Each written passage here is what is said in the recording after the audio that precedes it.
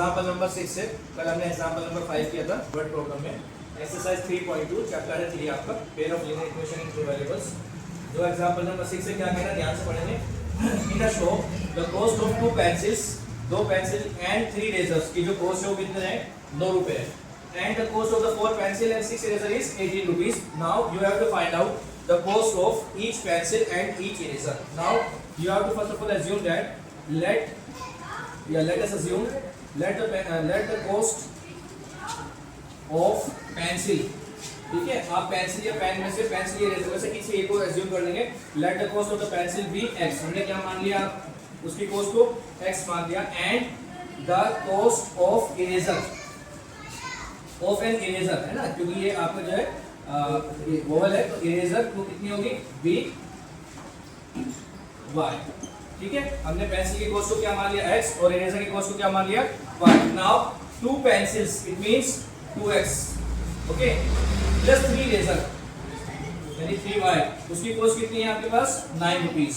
And दूसरी condition क्या है, 4 पेंसिल है यानी कि 4x एंड 6 इरेजर्स है यानी कि 6y, इसकी जो कॉस्ट है वो कितनी है, 18 रुपीस है। Now you have to solve these two equation by the method of substitution।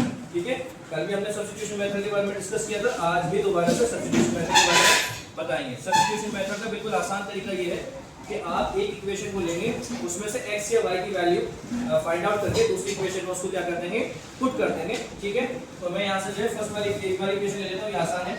ठीक है, वैसे तो लगभग सिमिलर इक्वेशन है, जब हम इसमें से 2 कॉमन ले लेंगे तो 2 कॉमन लेने के बाद 2x + 3y = 9, सेम इक्वेशन हो जाएंगे। ठीक है, लेकिन चलिए देखते हैं। ठीक है, तो 4x ये प्लस का 6y है, उधर जाकर माइनस के 6y, यस और नो। ठीक है, अभी 4 मल्टीप्लाई में कहाँ जाएगा, डिवाइड में आ जाएगा, डिवाइड में। अब अगर आप ध्यान से देखेंगे तो ये x की वैल्यू आ गई आपके पास। अब x की वैल्यू क्या करना है, हमें सब्स्टिट्यूट मेथड, सब्स्टिट्यूशन मेथड से क्या करना है, पुट करना है। So we have to put this value in equation number 1। तो क्या करेंगे हम, put the value of x in equation number 1 we get. ठीक है, ये जो वैल्यू x हम कहां रखेंगे, इक्वेशन नंबर 1 में पुट करेंगे तो क्या होगा, देखिए ध्यान से, 2 * x की वैल्यू क्या है, 18 - 6y/4, 18 - के 6y/4 in place of x plus 3y = 9। ठीक है, अब देखिए ध्यान से, 2 × 1 = 2, 2 × 2 = 4, यहाँ क्या आएगा, 18 - के 6y/2 प्लस 3y = 9, यस और नो। सर यहाँ से क्या कर सकते हैं, 6 कॉमन ले सकते हैं। ठीक है, तो 6 जैसे हमने कॉमन लिया, इट बिकम्स 6 × 3 = 18 माइनस के y divided by 2। Okay, 6 × 3 = 18, 6 × 1 = 6 plus के 3y = 9, 2 × 1 = 2, 2 × 3 = 6। So 3 in bracket 3 minus के y प्लस के 3y = 9। यहां से देखें 3 × 3 = 9 और 3 × 1 = 3।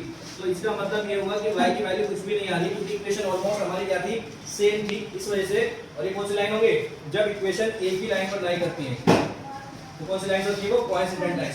a1/a2, b1/b2, c1/c2 के अगर इक्वल होता है तो these lines, those lines are called coincident lines, उनका कोई सॉल्यूशन नहीं होता है। बात आ गई समझ में, तो इसका कोई सॉल्यूशन नहीं है। we can't find out the value of x and y, और इसमें हम कोई वैल्यू फाइंड आउट नहीं कर सकते हैं। तो these two lines are coincident lines, and coincident lines में हमारे कैसे सॉल्यूशन होते हैं, इनफाइनाइटली मेनी सॉल्यूशंस।